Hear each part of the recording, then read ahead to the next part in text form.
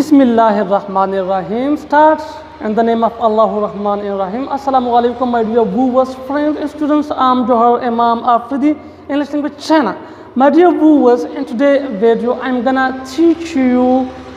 emphatic pronouns. So without wasting your time, let's start. Pa nanane video ke ba munga emphatic pronoun wayu da dena urande mung da pronoun मुख्तलिफ किस्मुना वयली दी और पहागे बंद मुंगा वीडियो गाने कड़ी नन जमुंग टॉपिक दे एम्पैथिक प्रोनाउन दा कुम प्रोनाउन दी और दे फंक्शन सदे पदे बंदे द पहदल द पारा राजी छे डिफिनेशंस और मिसालुना उगुरु एम्पैथिक प्रोनाउन लका संगा चेतासोला पता दा चे empathic pronoun myself, bia warsara yourself, ourself, himself, au bia herself, themself,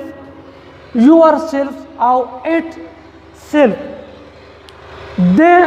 emphatic pronoun di. Da dena urande munga pa reflexive pronoun bande yawa video kare da au pahage ke munga der pa tafsil sara da वयली दीचे दा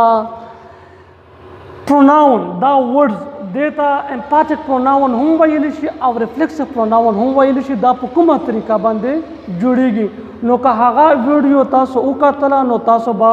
the they words पु जोड़े दो बंदे डेर खा पु पा उड़ांदिने वीडियो के मुंगा वयली ऊचे दा words reflexive pronoun कलावी पा नननी वीडियो के बा मुंगा कोशिश करूँ चे पदे जान पोयकू चे दा एम्पैथिक प्रोनाउन कलावी नो राजे चे डिफिनेशंस उगुरु emphatic pronoun also called intensive pronoun emphatic pronoun ला इंटेंसिव प्रोनाउन हम वयलिशी मीन द एम्पैथिक प्रोनाउन द्वयमाना मदा intensive pronoun that is used to put emphasis or stress over subject. Kum chip subject bande emphasize raudi, feshar pe raudi, zor raudi. No, the definition na da maluma shwa che emphatic pronoun da haga pronoun di kum chipa subject bande feshar raudi, zor pe raudi. Laka padi misaluno ke he himself cut the tree. Haga pakhpala wana cut kara. वो दलता दा कुम himself चे दे दा emphatic pronoun दे और दा पर subject ही बांधे emphasize stress राउडी या पदे बल मिसाल के you yourself write homework ता पखपला homework कावे no my dear who was दलता चुकुम दा yourself ते दा was emphatic pronoun दे और दा पर you बांधे stress राउडी फेशार पे राउडी या पर दे मिसाल के वी और सेल्फ कुक मुंगा पखपला पखले का उदलता चुकुम दा और सेल्फ ते दा उस एम्पैथिक प्रोनाउन दे और दा पर सब्जेक्ट वी बांधे स्ट्रेस राउडी फेशार पे राउडी नो दा एम्पैथिक प्रोनाउन डिफिनेशंस और मिसालुना और अक्सर ला स्टूडेंटान कंफ्यूज शी और हागा पर रिफ्लेक्सिव और पर एम्पैथिक प्रोनाउन के फ़र्क निशिका वाले और दे वजह दादा चे द वर्ड सेम दी द रिफ्लेक्सिव प्रोनाउन हम दी और एम्पैथिक प्रोनाउन हम दी नो माय डियर हु वाज द पॉइंट नोट करी चे कला सब्जेक्ट और ऑब्जेक्ट सेम पर्सन वी नो ब्याबा दा रिफ्लेक्सिव प्रोनाउन वी और चे कला सब्जेक्ट और ऑब्जेक्ट सेम पर्सन नवी लका पदी मिसाल नो के नो ब्याबदा एम्पैथिक प्रोनाउन वी बला दा पॉइंट चे का रिफ्लेक्सिव सॉरी का एम्पैथिक प्रोनाउन दा मुंगरी मूव को नो जुमला बा चुकुम दी सेंटेंस बा ब्या हम पूरा माना वर कवि लका पदी मिसाल की ही कट द ट्री वो दलता मुंगा दा हिमसेल्फ ते कट करो नो ही कट द ट्री दा वो सुम्मा नवर के हागा वना कट करा बला yourself write homework वो उसका दलता के د یور سیلف کټ شي او ویل شي چې یو رائټ هوم ورک نو بیا هم د پورا معنا ورکوي یا وی کوک د اور سیلف چې ریموف شي نو بیا هم د پورا معنا ورکوي نو د دې مثالونو نه دا معلومه شوه چې کچره امپاتیک پروناون دا د سنټنس نه ریموف شي نو بیا هم هغه پورا معنا ورکوي خو چې کله دا ورډز ریفلیکسیو پروناون وي او مونږ یې د سنټنس نه ریموف کو نو هغه سنټنس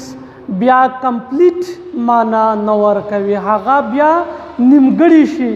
لکه په دې مثالونو کې هی کټ همسیلف هغه په خپل ځان کټ کړو مړی وو دلته اوس چې کوم سبجیکټ او اوبجیکټ دی دا سیم پرسن دی او په دې سنټنس کې دا ورډز چې کوم دی دا اوس ریفلیکسیو پروناون دی ځکه چې مونږ ویلي دي چې کله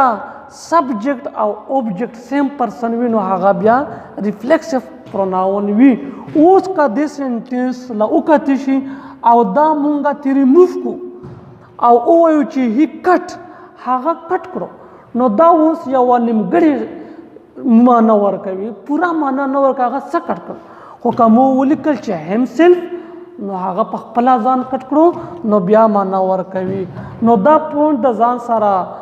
نوٹ کړئ چې امپاتیک پروناون د سنټنس نه ریموف شي نو هغه سنټنس بیا کمپلیټ معنا ورکوي خو چې ریفلیکس پروناون دا د سنټنس نه ریموف شي نو دا بیا کمپلیټ معنا نه ورکوي لکه په دې مثال کې اوس بل مثال زاهد introduced himself to his friends parents اوس په دې جمله کې دا himself دا هم زمونږ سره ریفلیکسیو پروناون دی ځکه چې اوبجیکټ او سبجیکټ دلته سیم پرسن دی اوس که دا himself دا ریفلیکسیو پروناون د دې سنټنس نه ریموف شي نو دا بیا نیمګړې شوه لکه مونږ ووایو چې زاهد انټروډیوس ټو هیز فرینډز پیرنټس نو اوس پته نه لګي چې زاهد څه شی انټروډیوس کړو څوک چې انټروډیوس کړو نو دلته چې موږ ریفلیکس پروناون ولګولو نو د نه د